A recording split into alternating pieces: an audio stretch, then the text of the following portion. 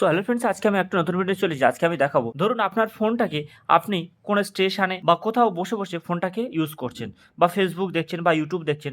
এখন হঠাৎ করে কেউ এসে আপনার ফোনটাকে হাত থেকে মেরে বা চুরি করে নিয়ে পালিয়ে যায়। তো আপনি সেই সময় সেই চোরটাকে আটকাবেন বা কি করে, বা সেই ফোনটাকে বাঁচাবেন কিভাবে? তো আজকে আমি সেটাই দেখাবো।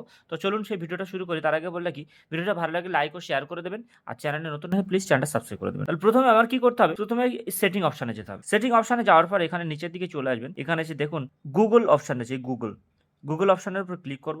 করার পর এখানে দেখুন অল সার্ভিস বলে অপশন আছে, অল সার্ভিসে ক্লিক করব। করার পরে ঠিক নিচের দিকে চলে আসবে। নিচের দিকে এসে দেখুন এখানে থিফট প্রোটেকশন, এই থিফট প্রোটেকশনের উপরে ক্লিক করুন। করার পরে এখানে দেখুন দুটো অপশন রয়েছে, থিফট ডিটেকশন লক আর অফলাইন ডিভাইস লক। ধরুন আপনার ফোনটা কেউ হাতে নিয়ে ছুটে চলে যাচ্ছে, আপনার অনই আছে, কিন্তু ছুটে নিয়ে যাওয়ার সাথে সাথে কিছুক্ষণ পরেই কিন্তু ফোনটা লক হয়ে যাবে যদি আপনি এই অপশনটাকে চালু করে রাখেন। এটাকে আমি টার্ন অন করে দেবো।